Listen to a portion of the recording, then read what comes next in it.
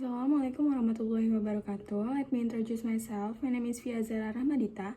My NPM 234111011. I am from Management Class 23C. In this video, I will present material about design thinking. Nah, yang pertama ada pengantar design thinking.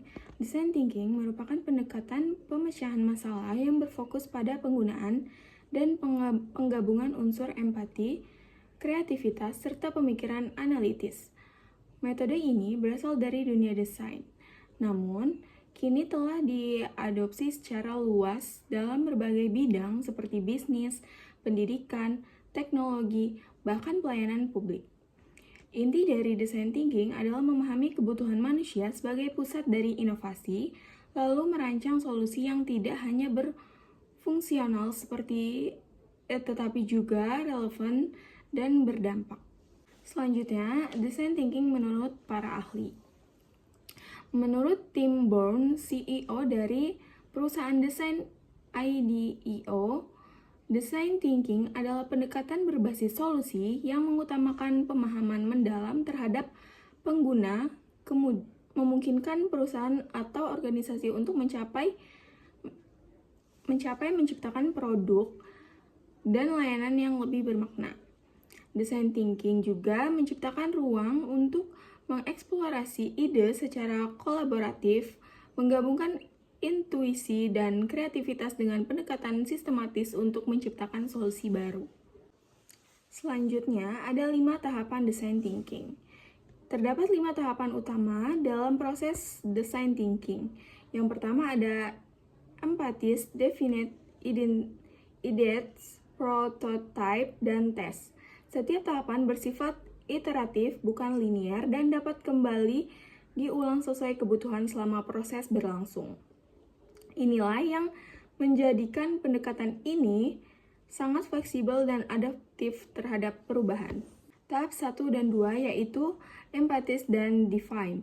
Tahap pertama, empathize bertujuan untuk memahami perasaan, motivasi, dan kebutuhan pengguna melalui observasi langsung atau wawancara. Ini menjadi fondasi penting agar solusi yang dihasilkan benar-benar sesuai dengan kenyataan yang dihadapi pengguna.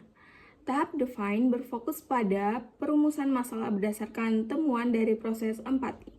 Perumusan masalah yang tajam akan memudahkan pencarian solusi yang efektif.